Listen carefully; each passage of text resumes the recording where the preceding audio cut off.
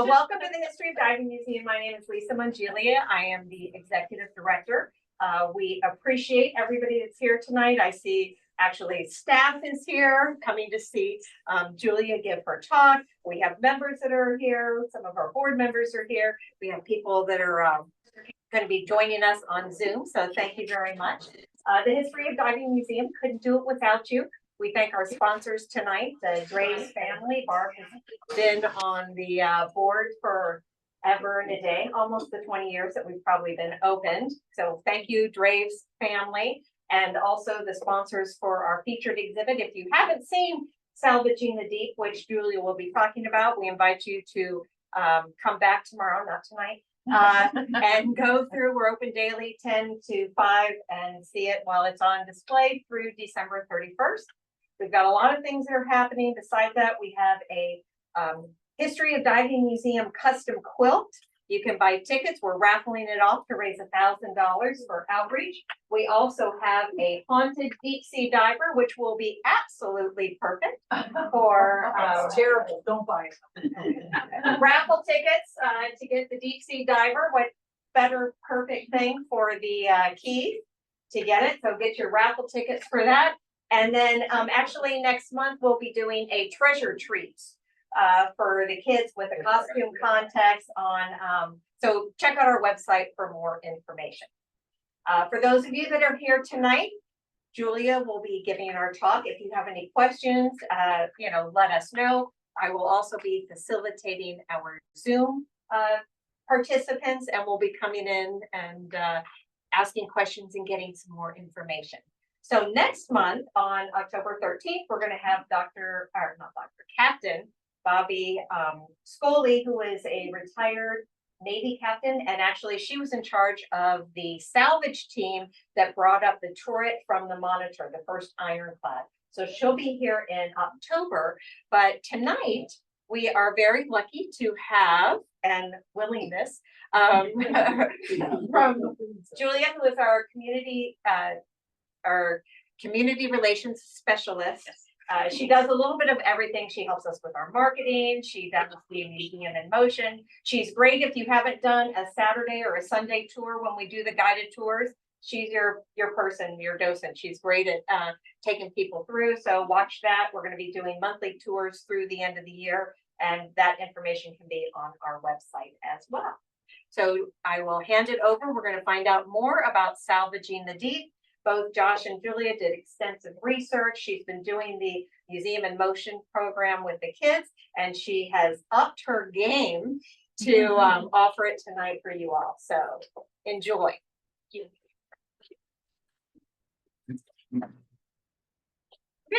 so welcome everyone to Immerse Yourself. Thank you all for joining us tonight. Very excited to be taking you through one of my personal favorite subjects, which is salvage diving in the 20th century. So I'll start with a short introduction. This is me. My name is Julia. Like Lisa said, I have been the community relations specialist here at the museum since April of 2022. I make advertisements. I do research for the exhibits, as well as for our social media. So if you saw a cool story on our Facebook, I probably wrote that. I also lend my skills in illustration and graphic design to those ventures, including designing this little guy for our gift shop. One of the first things I did when I got here, I am a big fan of the Mark V diving suits, so I thought we needed a plushie of one. I have a degree in evolutionary biology from the University of Michigan. I graduated in 2016, and only after I graduated did I realize I really wanted to learn more about history. So I'm very lucky to have a job that lets me do that kind of research and even sometimes use historic equipment. Thank you very much, Sharky, one of my favorite pictures. So I'll be talking a little bit about evolution today, but in the context of how salvage diving has evolved over the centuries, including what the suit I am wearing here was actually used for. Hear me, I'll start. First, what exactly is salvage diving? So salvage diving is a specific form of diving where the goal is to retrieve lost items from the seabed. That includes ships, vehicles, archaeological artifacts, even sunken treasure. So as long as there have been valuables lost at sea, we've had a reason to go diving for them. Again, this is a depiction of two of our first known salvage divers. Their names were Silius and his daughter Cyana, who was the first recorded female salvage diver. They were recorded by the historian Herodotus, and they told of salvage diving endeavors they did for the Persian king. In the 17th and 18th century, we start to see more ambitious techniques evolving, usually with the incentive of recovering lost treasures for governments and kings. So we have cargo ships crossing the ocean, carrying silver, gold, all sorts of things. If those were lost, we had a very big incentive to go get them. There was a big payday involved. So a lot of these first diving equipments were made with that in mind. On the left here, we have Edmund Halley's invention from 1691. He had a diving bell that he improved upon. The first one was made in the 16th century. 1691, he improved it. He even added a diving bell that could be controlled by the diver inside the bell. Sorry, he added a diving helmet that a diver inside the bell could actually pump air to them. Now, these bells could be very dangerous, but at the time, they were the most reliable diving technology. On the right of the slide is one of my personal favorite artifacts here at the museum. I call him the Barrel Man. That was an invention from 1715 by John Lethbridge. Now, it was kind of like a more portable version of the diving bell. So you had a friend dunk you in the water, and he used that to successfully go down to about 60 feet to retrieve sunken silver. And these both did work, again, but the limit was about 60 feet. So obviously, we want to go deeper. So as time went on, more sophisticated equipment was developed, such as the more recognizable diving helmet. You can see depictions of that in this slide. The first commercially available diving helmet was made available in 1832, and improvements on the design were made over the decades. So these massive improvements on Edmund Halley's design allowed divers to go deeper, stay longer, and once the equipment was standardized, more ambitious salvage operations could take place. So some of the largest operations of the 20th century were Scapa Flow and Pearl Harbor. Scapa Flow I'll talk a little bit about in this presentation. That involved the salvage of German warships after World War I. The salvage operation of Pearl Harbor, of course, focused on American ships that suffered a Japanese attack in 1941 as part of World War II. It was the largest salvage operation in U.S. Navy history with over 20,000 hours of dives logged. I could have an entire presentation about Pearl Harbor alone. In fact, we have two authors coming in next year to talk about it. So I won't get too much into Pearl Harbor. I'll instead be focusing on smaller operations that were nonetheless huge milestones in salvage diving, including a number of different salvage techniques, depths, and that showcase how the technology evolved. And I'll also be giving you 5 of my personal favorite stories. So we're going to jump right in to story number 1, which is the F-4 submarine. This sank in 1915, and it was a part of the U.S. Navy. Now, this was one of the very first large-scale salvages. Again, this is the submarine F-4. It was the United States' first commissioned submarine to be lost at sea. It sank in 300 feet of water in March 1915 while it was returning to harbor in Honolulu. The incident would later be attributed to leaky ballast tanks. However, the U.S. was very determined to retrieve that submarine, but the depth was so great that a special team needed to be brought in. So let's talk about that dive team. Now, during this period of history, diving beyond 250 feet was totally unknown territory. However, even before the F-4 sank, we were determined to figure out how to safely get to those depths. So in 1914, a team led by Chief Gunner George Stilson was tasked with testing and improving dive procedures at great depths. These tests were taking place in Long Island Sound, New York. On the right here on this slide is actually the only known surviving picture of George Stilson, the leader of that team. He is the one in the center, climbing up after a dive. You can see he's got his dive boots on, and that's his head right there. That is the only known picture that is of him. So here are a couple more photos from that dive team in Long Island Sound. On the left, you can see the team aboard the USS F-4. That was the ship that they launched their divers from. You can see a diving helmet right there in the foreground, and in the background, of course, is a recompression chamber. They would use that in cases of emergencies if a diver came up and he was suffering from decompression sickness. And on the right here is a photo of Chief Gunner's mate Stefan Drelishak. He's also aboard the Walk, and he is returning from a record-setting dive to 274 feet. So that was a record then, 274. And remember, the F-4 sank at 300. So back to the F-4. Now, because George Stilson's team had set new records at 274 feet, they were the experts at that time when it came to deep diving. They were called into Honolulu to salvage the F-4, which would be the deepest salvage ever attempted at that time. Now, Frank Criley, He is in that photo right there, suiting up for a dive. He was the first diver to descend to the F-4. He set a brand new record at 288 feet. He spent 12 minutes on the bottom, and he went down there to assess the position of the wreck so they could figure out what they needed to do to salvage it. And his ascent to the surface took 1 hour and 45 minutes. Now, thanks to the training and procedures they established in Long Island Sound, he was able to resurface safely with no ill effects of decompression. However, one incident did occur during that operation, which I'll talk about shortly. Now, at first, the divers were only observing. They would go down and they would guide the placement of these huge cables that were towed by ships on the surface because exertion at these kinds of depths was impossible. They actually note in the Navy report, I'm going to quote that report right now, one of the men who remained on the bottom 30 minutes trying to pass a small manila reeving line was not conscious of becoming fatigued while on the bottom, but after coming to the surface, he collapsed from exhaustion and did not regain his strength for 3 or 4 days. So as you might know, working at those depths, you have that compressed air. It acts on your body differently. So when that we're doing physical labor at those depths, it was very dangerous. So again, these divers were just observing, and the boats on the top would tow these big cables to sweep underneath the submarine so that it could be towed to shallower water. This is a rare photo of one of those divers descending to the wreck, taken at about 90 feet. It's not a lot of underwater photography from this era, so it's not common to see a photo of a diver. You can see it's very blurry. Now, during the procedure of sweeping these cables beneath the submarine, one diver named William Lauman, he was struck by that cable right on his hip. He fractured his hip, and his lifeline and air hose became entangled with the cable. So he was trapped underwater at 250 feet.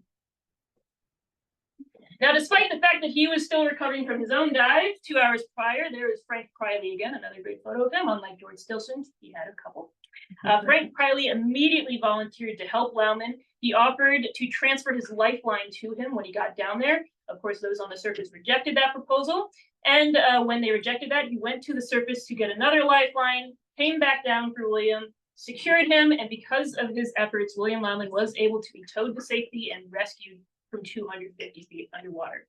Now, when he got to the surface, he had to spend 9 hours inside a recompression tank and several months in the hospital, but he survived. Frank Priley was awarded the Medal of Honor for those efforts. Now, the cable towing method did succeed. They were able to use that to kind of drag the submarine to shallower water to 46 feet. And this is where divers could now work on it directly. Now, they worked for 5 to 9 hours a day, securing these massive custom-made pontoons to the submarine so that it could be refloated. On this slide is an artist's interpretation of that. The artist is me, though it is based on a historic painting.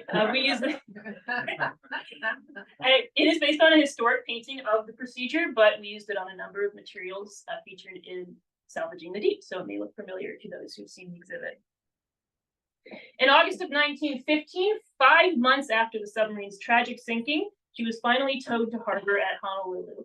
On this slide is a picture of the pontoons on the surface after the final lifting took place. You can see those protective wooden coverings and one pontoon still partially submerged right there in the back, kind of slanted. And the rest are those flotation devices used to tow the submarine. Now, the wreckage was examined after it was retrieved. You can see the photo right here. It kind of shows that massive implosion hole left by the incident. So the submarine, once it got to a certain depth, that pressure just totally collapsed it. You can see the damage there. All 21 members of the F-4 crew had perished in the accident, but now that the sub was retrieved, they could be laid to rest. However, a later operation was going to prove that rescue at depth was possible.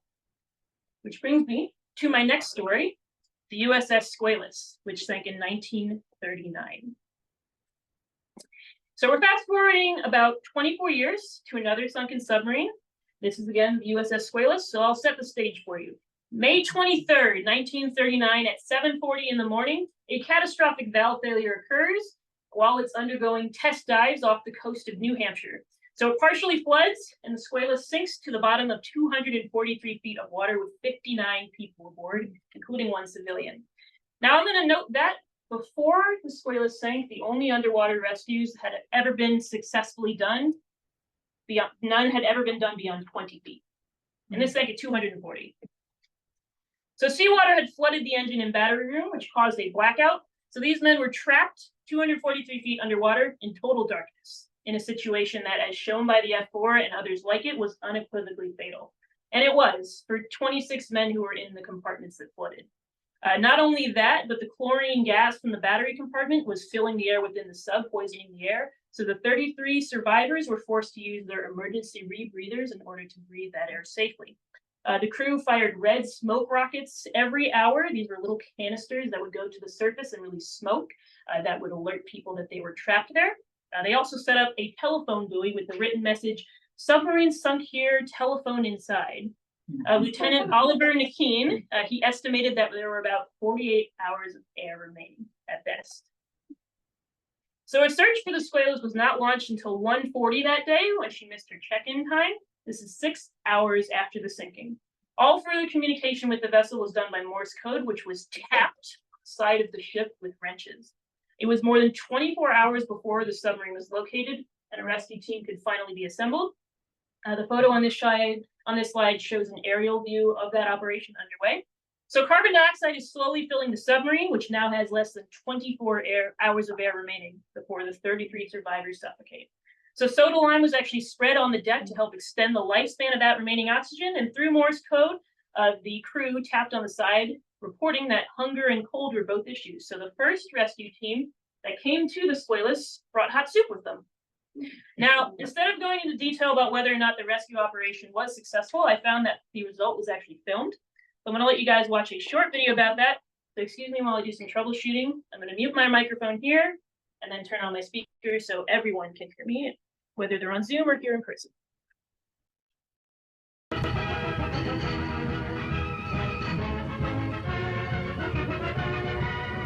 This is the Gaumont British News, presenting the world to the world.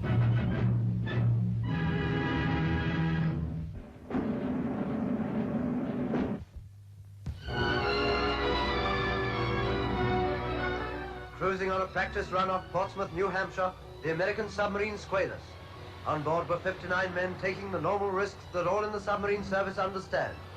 But ahead of them, below the surface of the sea, death and drama lay in wait. In the normal course of exercises, Squalus dived. They did not know it, but 33 of the crew of 59 were facing a fearful experience and a heroic rescue. 26 were going down to meet death itself.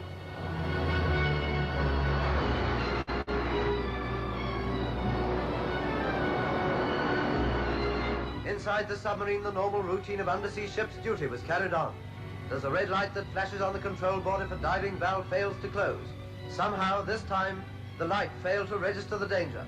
The Squalus began to let in the sea when she was 240 feet down. A marker buoy distress signal gave sister ship Sculpin the hint of disaster. Salvage ship Falcon was radioed and came full speed to the scene of tragedy.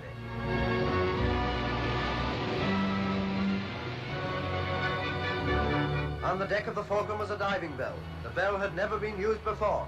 Nobody had ever come back alive from a submarine sunk so deep. A diver goes down for a preliminary survey. Not even experts can tell if the bell will work. And if it fails, 59 men will be left there to die slowly in horrible suffocation.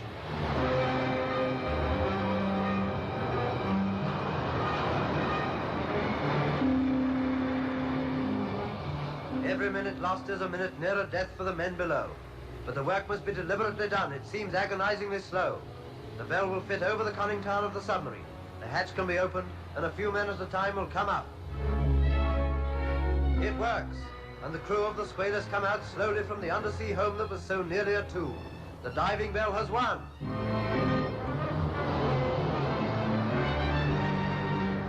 And so the crew come up to the rescue ship by small detachments. Imagine the overwhelming relief of each man as he feels the whip of the fresh air once again upon his burning cheeks. After that stifling deadness down below, this is near to heaven. 26 men were lost. 26 were shut in a compartment which flooded and drowned them.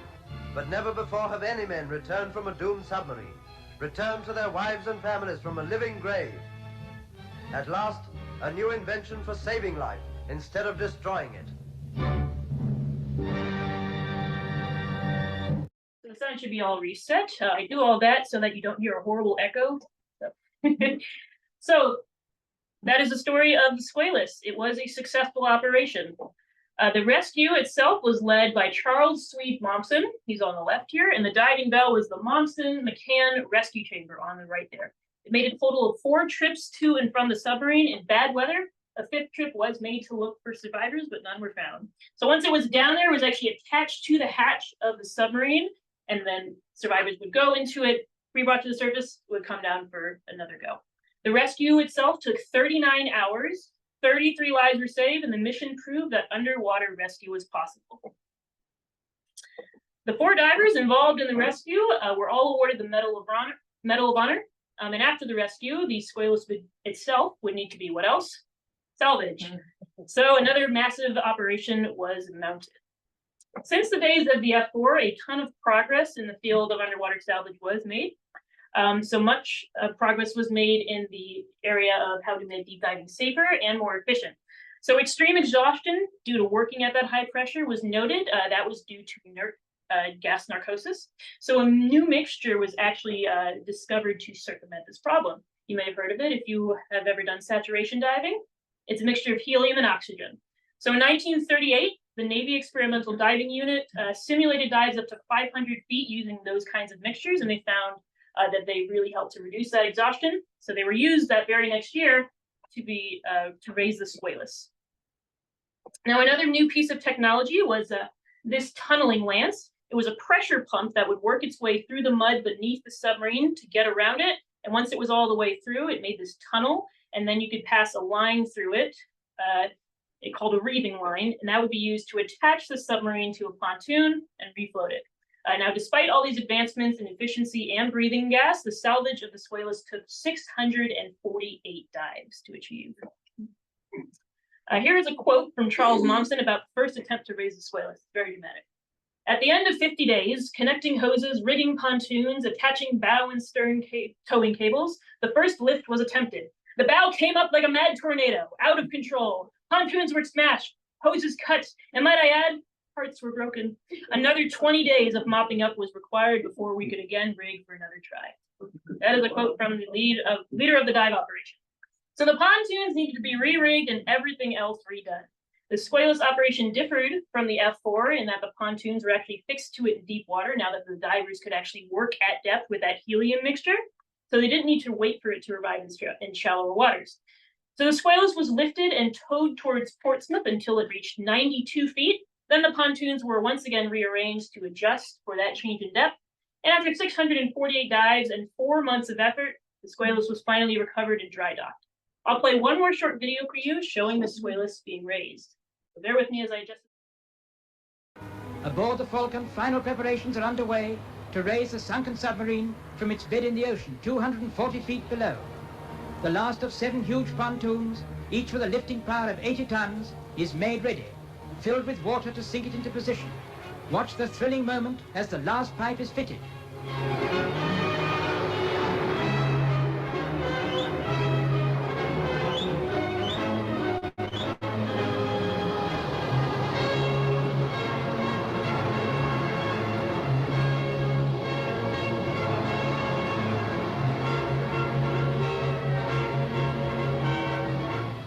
A diver, one of many who have daily risked their lives since the disaster, first to save 33 survivors, then to salvage the underwater tomb and its 26 dead, comes up to report, ready.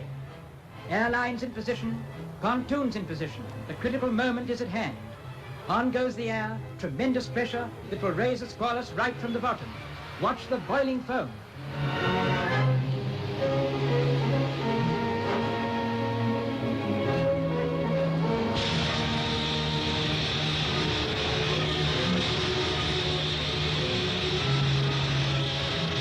Apparent success.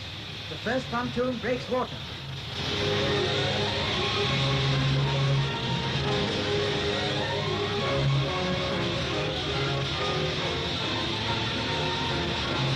Something's wrong. A second pontoon has broken loose and come to the surface. Now watch for the bow of the ill-starred Squalus as it shoots out of the water like a phantom ship rising from its ghostly shroud.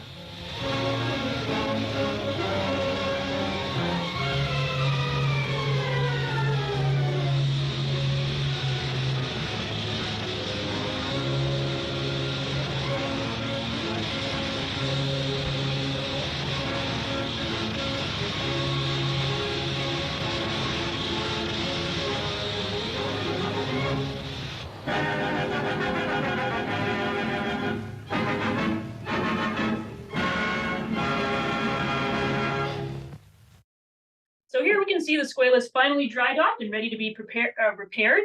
The submarine would actually be recommissioned and go on to serve in World War II as the USS Sailfish. Now, the Squalus was considered to have a number of new technologies worth saving, and her success as the Sailfish is a testament to this. Now, I won't go into too much detail about the war career of the Sailfish. She served during the Pacific War and would sink a total of 7 enemy ships, really showing the value of that submarine that was almost lost. However, one thing I will mention is that because the Squalus sank, the previous name was actually deemed unmentionable by the new captain of the Sailfish, Morton C. Mumma. He threatened to maroon any crew member that called it the Squalus, and it is said that the crew then, to make fun of this, started calling it the Squalfish. And the captain responded to this by threatening them with court-martialing if they continued. That's going to bring me to story number 3. This is Scapa Flow. Now, this was a huge operation, not just of one ship, but a lot. So I'll talk a little bit about what the ships were in Scapa Flow. So in 1919, this is after the end of the First World War. We're gonna backtrack a little bit. The Imperial German Navy was captured and held captive at Scapa Flow, which is a natural harbor in the Orkney Islands of northern Scotland. That is a picture of the ships while they were interned.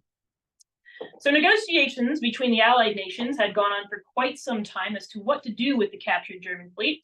While these negotiations were ongoing, the fleet remained captive, very demoralized, and a little bored. This is a photo of some of the German soldiers fishing off the sides of their boats to pass the time while they were kept prisoner. Conditions were miserable, toiletries and food were in short supply. Now, many countries wanted the German ships for themselves, usually to absorb them into their own navy. However, in the end, the commander of the German fleet decided to spite all of them by giving his fleet an order. Now, that order was to scuttle every ship held captive in Scapa Flow. So this meant seacocks and flood valves were opened, water pipes were smashed, drains were opened. Any way that the crew had to open the ships to the sea, they did it. Portholes were open and loosened, watertight doors were left open, and they even bored holes in the ships, all to sink them. This is a photo of the German ship Derflinger as it is sinking intentionally. All in all, 74 vessels were scuttled or intentionally sank.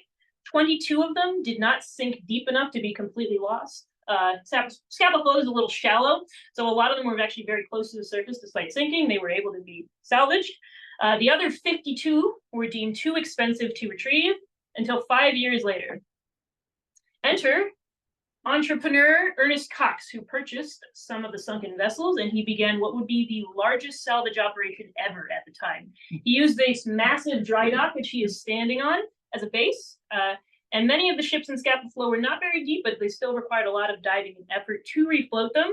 New techniques were invented during this operation, like divers entering the holes of ships, manually patching the holes, and then pumping them full of air to refloat them. Some of the ships were so shallow, it was possible to accidentally hit them, as this photo demonstrates. So this is a picture of the German ship, the Moltke, which is the little strip of black that you can see on the left there. And then you can see a whaling ship, the Ramna, which has been completely lifted out of the water because it hit it. So not only were these ships valuable for their scrap value, they were a navigational hazard. So Ernest Cox was determined to get them out. Here is the Moltke, the same ship that crashed that other one. After it was refloated, you can see it is under tow by those 2 tugboats on the side. You can even see workers' quarters constructed on top, or rather the bottom of the ship, since it's upside down. And so you can kind of get an idea how they lived and worked during this operation. Here are some of the divers employed by Ernest Cox during the operation at Scapa Flow. These were ongoing during the 1920s and 30s. Now, one of the most interesting salvaging techniques employed in Scapa Flow was the installation of these airlocks on the ships. So these were boilers that were taken as material from the salvaged destroyers. They were welded into these long tubes, and these were used as airlocks to access the insides of the hulls, where they would patch up the holes and then pump air into them to restore the ship's buoyancy. Here is another photo showcasing those airlocks, this time the German cruiser, the Kaiser, which was raised in 1929. There is actually a lot of footage of the operation at Scapa Flow. Ernest Cox was determined to document it because it was such a huge undertaking at the time. It's a big media sensation. In fact, there's even one story about a ship being refloated while he was on vacation, which he didn't like. So he came back, told them to resink it, and refloat it while they had a journalist there.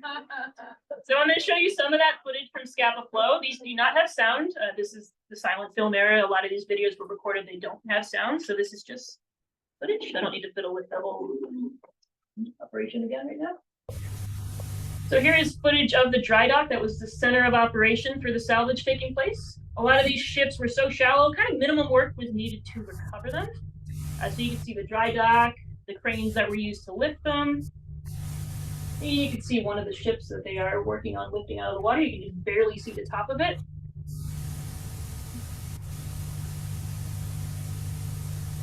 So they would get these lines underneath the ship, and then you can see when they're cranking, they're lifting it out of the water to work on it.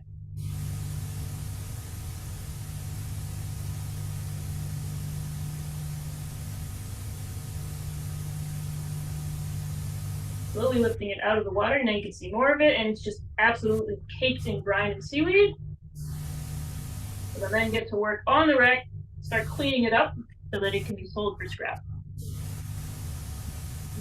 Cold water. Yeah, this is in northern Scotland, so it's cold water. This is 5 years.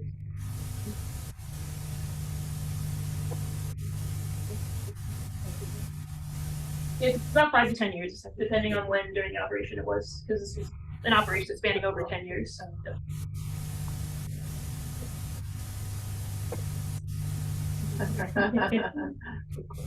Yeah. Again, a media sensation at the time, so they got all this footage. There's also tons of great footage of the divers at work. So here I'll show you some footage of that as well. So these men are working the air pumps. They're dive tenders. They're pumping air to their divers. And up there you can see in that fancy suit, that's Ernest Cox. He's the guy in charge of the operation. And the divers are likely placing lines or examining a wreck, working on that recovery operation. You can see one coming out of the water right now. Now, the pumps need to keep going until that helmet is open, because otherwise it's a completely closed system and you can't breathe. So even though he's out of the water, you can see they're still turning the pumps. So this is another salvage in Scapa Flow in 1935, and this video is going to give you a great visual for how those ships were refloated. It also shows those boiler airlocks. So I'm going to adjust the sound again. In Scapa Flow, off the Orkneys, operations are being carried on for the raising of the König Albert, a warship of the German fleet that was scuttled there in 1919. Air pumped from the salvage ship enables divers to work on the warship 20 fathoms below the surface, at a pressure of 20 pounds to the square inch.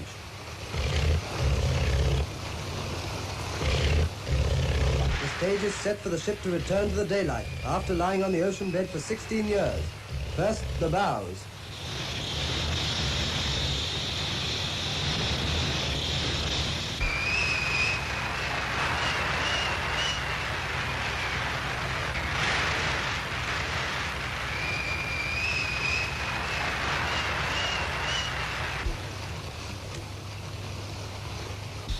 Then the stern.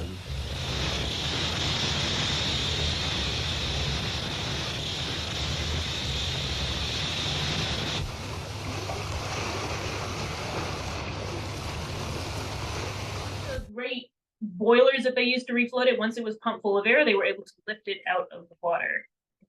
Now, in the end, Ernest Cox actually did end up losing money on this operation. It was incredibly ambitious, and a total of 45 ships were refloated in all. Scapa Flow could be its own presentation, really, because it had so many wrecks recovered. But I'll close discussion with it, talking about the ships that were left behind, usually because they were too deep to be recovered in the 1920s or 30s. There were a total of 7, and I'm told they make incredible wreck dive sites today. That's an actual photo from one of them. Now, minor salvage actually still takes place on those remaining vessels because their steel is used for the production of Geiger counters. This is because the steel on these ships is from World War I. It's known as pre-war steel. That material is valuable because it does not have contamination from nuclear fallout in the atmosphere, which is created by the detonation of the first nuclear bombs. And that's only available from steel submerged prior to 1945, which is that part. And now I will talk about another salvage operation that took place in the 1930s. This is my personal favorite. You'll learn why. This was the steamer, the SS Egypt, which sank in 1922 and was recovered 10 years later. So the Egypt was a British steamship. It was en route from Britain to India when it was struck by another ship, the French cargo steamer, the Seine. It could not see her through a thick fog, crashed right between those two funnels right there and split the Egypt down the middle. The Egypt sank, killed 86 people, and it took a fortune in gold to the bottom of the sea. So at this point in history, searching for sunken vessels was done like this. You would throw an anchor into the water, you would drag it along the bottom until it hit something, and then you would send a diver to check out what you had hit. That was salvaging techniques in the 1930s. So a number of different salvage companies used this method to search for the Egypt. They wanted to lay claim to those enormous stores of gold, which were worth about $1 million then. Adjusted for inflation, that is $200 million today. So in 1930, Italian salvage company Sorima finally succeeded. It took 8 years for them to find the wreck. However, now that they had found it, poor weather conditions, this was in the English Channel, actually forced them to stop salvage operations until later. Now, Sorima had a ship called the Artiglio. It was the most modern salvage ship at the time. They were equipped with a number of deep sea capable diving machines, and now that they were forced to step away from the Egypt, they were tasked with removing another ship, the Florence H. This was an American steamer that had wrecked off the west coast of France and was proving to be a navigational hazard. So they were sent to remove it with explosives. They did this thinking the gun cotton on board the Florence H, which had been inert for over 10 years. They thought it was inert. It was not. So this is a picture of the original Artiglio. Very few pictures of it exist because in the process of blowing up parts of the Florence H, there was an accident. Now, the crew of the Artiglio did place some small explosive charges on the wreck of the Florence H. Then they retreated along with a second ship, the Rostro, to 300 meters. That's about 1,000 feet. This was a safe distance based on the small explosives they had just set, but not for the entirety of the gun cotton aboard the Florence H to detonate, which it did. So this created a massive explosion, including a big, big bubble of gas that blew the Artiglio out of the water. The explosion destroyed the Artiglio, and it killed 8 of their crew. 7 were rescued. Enter the Artiglio 2. Now, they eventually just called this one the Artiglio.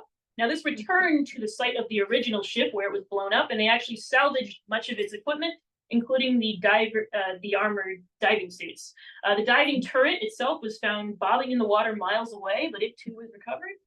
And in 1931, the Artiglio number 2 returned to the wreck site of the Egypt. Now, the Egypt was salvaged in a totally different way from these submarines and wrecks that we've talked about previously. First, it was at 426 feet. This was too deep for divers in traditional helmets and canvas suits at that time, so the bulk of the salvage work was done by these massive cranes with claws attached to them. You can see on the right here, the claw lifting a safe. And you can see the crane and all that equipment on the left picture there. Now, how did you direct these cranes at a time when scoping out a wreck on the bottom was done by dragging an anchor? Well, Sorima had 2 different types of atmospheric diving suit. There was an observation turret, which is the picture on the left. This was called the Torretta Butoscopica, Italian company, which you can see there on the left. And the suit on the right was a German design suit called the Hagenuk that we actually have on display in our exhibits. Now, these allowed divers to go down to that 426 feet and actually direct the operations of the cranes on the surface. So they were telling them where to go, what position to be in to salvage that wreck. They used explosives once again, but as the Egypt did not have an explosive load, this was safe. And they had the ultimate goal of blowing up parts of the ship until they reached the storeroom, which was where the gold was. Now, here are a couple more photos from the operation. On the left there is Chief Diver Alberto Gianni. He's preparing those explosive charges to be lowered to the ship to blow apart the levels in order to get to the safe room. And on the right is another of the divers entering the diving turret. He's actually wearing a rebreather to extend the time of his oxygen inside there. The salvage operation continued into 1931, but once again they had to stop due to bad weather. They came back the next year in 1932, and they found the gold. After 2 years of effort, 8 crew members dead, their ship blown up, storeroom of the Egypt was opened and the gold was found. Now, the left picture on this slide is actually one of my personal favorite historic photos, just because you rarely see a black and white photo from this era where every single person in it is smiling. I mean, if I had just discovered $200 million worth of gold, I'd be pretty happy. And there's another picture on the right here of the divers with the gold bars. One more picture of some very bright smiling faces of the Sorima crew holding those gold bars they retrieved from the Egypt.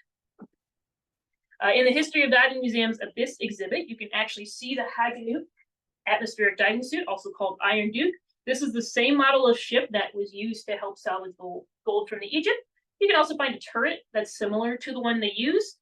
And we also actually have a collection of artifacts from the original Artiglio, including some pottery, rivets, and rings, which are on display next to the Haganuk. So that is the story of the Egypt. And that brings me to the final salvage story of our night, which is the K-129. This was a Soviet submarine that went down in 1968. So we're again going to jump forward in time to the 1960s. This is another submarine, not American this time. Again, the K-129 was a submarine with a crew of 98 that went missing during the Cold War. It contained nuclear weapons. So the U.S. was very motivated to locate this wreck. However, there were a couple of obstacles to finding it. So having previously located two of their own submarines, the Thresher and the Scorpion, the United States had sophisticated tools to detect deep water wrecks. They were able to actually locate the K-129 within 2 weeks of it being lost. However, now came the problem of how to salvage it. So any operation would need to be done in total secrecy, undetected by the Soviets. Now, a second challenge was the depth of this wreck. So to give you an idea of how deep we're going to go, here's the Empire State Building. It is 1,454 feet tall with 102 floors. So each of those little windows, you can see the floor. Now here is a diagram of the Empire State Building's very top. The spire itself is 404 feet tall. Here are the rest of the wrecks that we have talked about in this lecture. You have Scapa Flow, its average depth about 100 feet up there on the top. You have the Squalus at 243 feet right below it. Another 50 so feet, you have the F-4, and then the SS Egypt at 426 feet. Most of them can fit within the spire of the Empire State Building. The Egypt is a little bit deeper at 426. Here they are in relation to the entire building. Okay, still with me? Here is 11 Empire State Buildings stacked on top of one another. Each one of them 1,454 feet tall, and all the way at the bottom of the 11th Empire State Building at 16,500 feet deep is the K-129, our final wreck. So now that we have an idea of just how deep we need to go, we can talk about some of the developments that we have made in the 20th century in salvage diving. Now, dives to extraordinary depths had been done before by this point. For example, Don Walsh and Jacques Picard descended to the very bottom of the Mariana Trench at 36,000 feet. That's more than twice the depth of the K-129. And there they are aboard the Trieste, which allowed them to do that. However, they didn't do any salvage work. They just hit the bottom, came back up safely. But they showed that that sort of depth was achievable.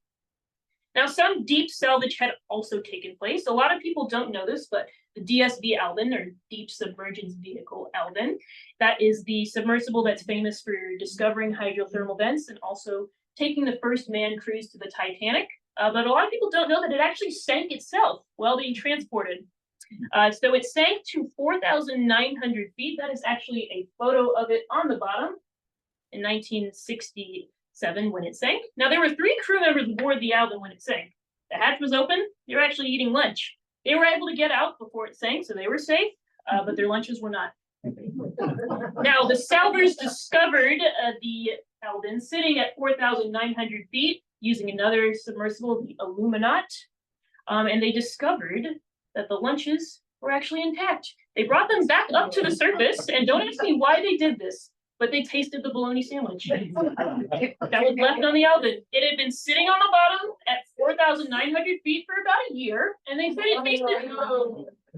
Now, this is ice cold water, right? It's kind of like a freezer. They tasted the sandwich. They said it still tasted good. And not only did they taste the sandwich, they said the apples still kind of looked good, though they were pickled. And they actually had thermoses full of soup that had been crushed by the pressure, but for whatever reason, they heated that up too and said it tasted fine.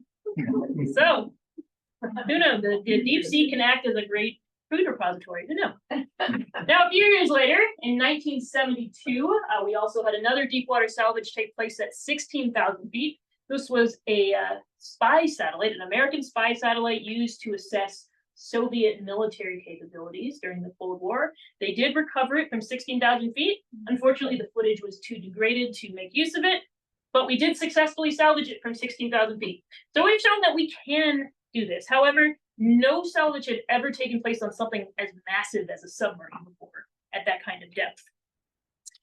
So here is a map of the Pacific Ocean, where in the ocean it sits. That right there, way off the coast of Japan, kind of between Japan and Hawaii. You can see the wreck site of the K-129, again at a depth of 16,500 feet. Now, this operation was so extraordinary that the US Navy deemed it impossible. So it instead fell to the CIA. Enter Project Azorian, the largest and most expensive covert operation in US history. So how was this operation to be done covertly? Well, the CIA needed a lie. Now, the cover story was that they were in the middle of the Pacific Ocean to mine for deep sea minerals. They were commissioned by billionaire Howard Hughes, who happened to come from a mining family. They actually collaborated with Howard Hughes to create this cover story, even using his company as front for it. So the salvage operation was to be hidden from view by doing all the operations underneath and within the ship that they commissioned.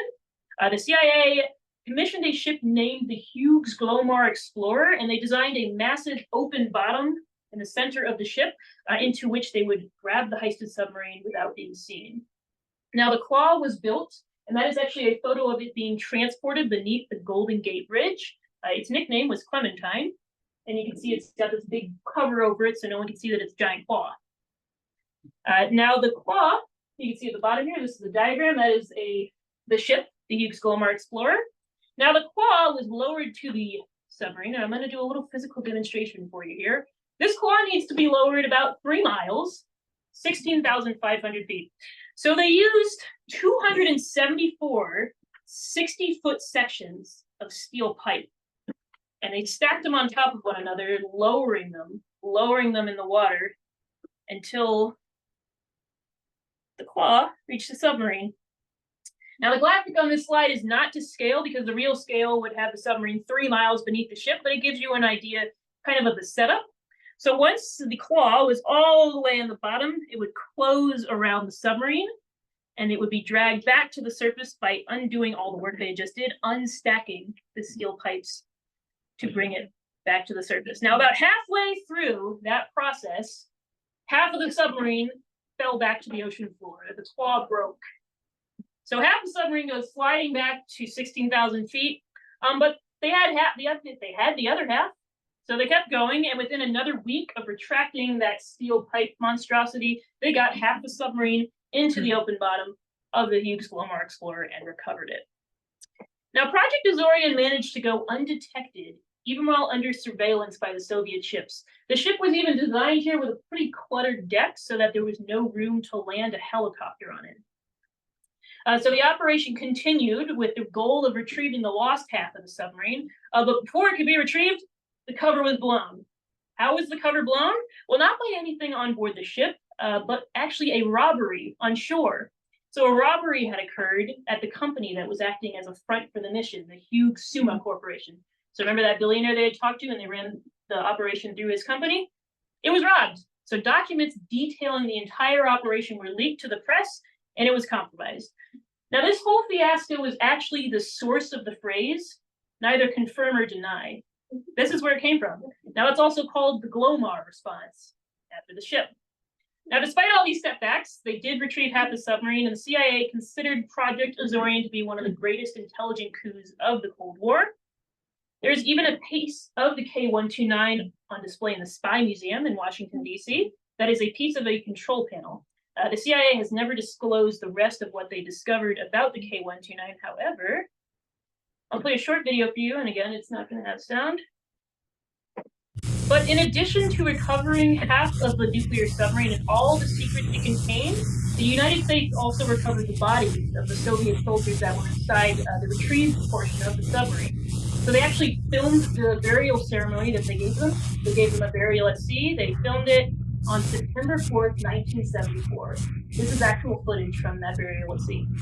And they actually presented the film to Russia in 1992. So that's footage of the laid to rest. I won't play the whole thing, but it is on YouTube. It's about 14 minutes long if you care to see it. Now, there are so many other stories I could tell you about, but we would be here all night, and I would love to do that, but I do have to let you go at some point. I really do invite you guys to check out our current featured exhibit, which is Salvaging the Deep. It covers a lot of what I've talked about, as well as even more wreck stories. It also includes artifacts that have never been on display before. So please do check out that exhibit before it leaves the museum on December 31st. And for a salvage story from the 21st century, I recommend checking out our YouTube channel. We have Dr. Joe DeTuri talking about his operation that he personally participated in. And like Lisa said, next month we'll have the USS Monitor story. So that's all I have for you tonight. And thank you guys so much for listening.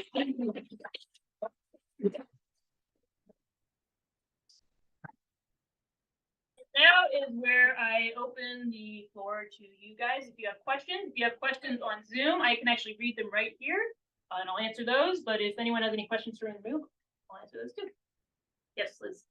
The Squalus. They hit that ship at a point that had 24 hours left, but then it said it took 39 hours to bring them up. My math says that didn't work. So the question was, the Squalus was said to have 24 hours of air remaining by the time they got there, and the operation took 39 hours to achieve. 39 hours is the amount of time it took before it was launched to when all the men were brought up. So they did make it in time. So it was found, the Squalus was found about 5 or 6 hours after, the rescue operation was mounted about 5 or 6 hours after it was lost. Thank you. Yep. Okay, any other questions? Which half of the salvage did they salvage, the front or the back? So the question was, did they salvage the bow or the stern of the Soviet submarine? I'm not sure. I'm not sure if that information has been made public. They've been very secretive about what exactly they found on the submarine, so I don't know the answer to that. Okay. You guys have any other questions? So, thank you, Julia. Sally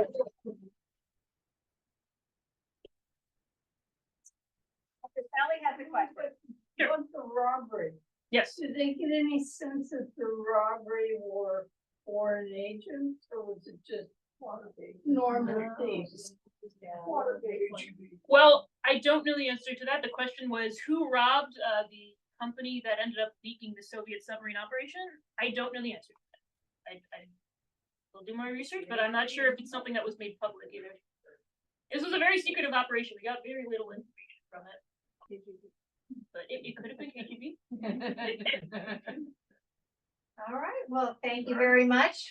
You did a great job, and we look forward to everybody coming back and checking out the exhibit if you haven't seen it. If you want to get raffle tickets for the quilt or the haunted diver, be sure to hit us up in the museum store on your way home. So, thank you for being here.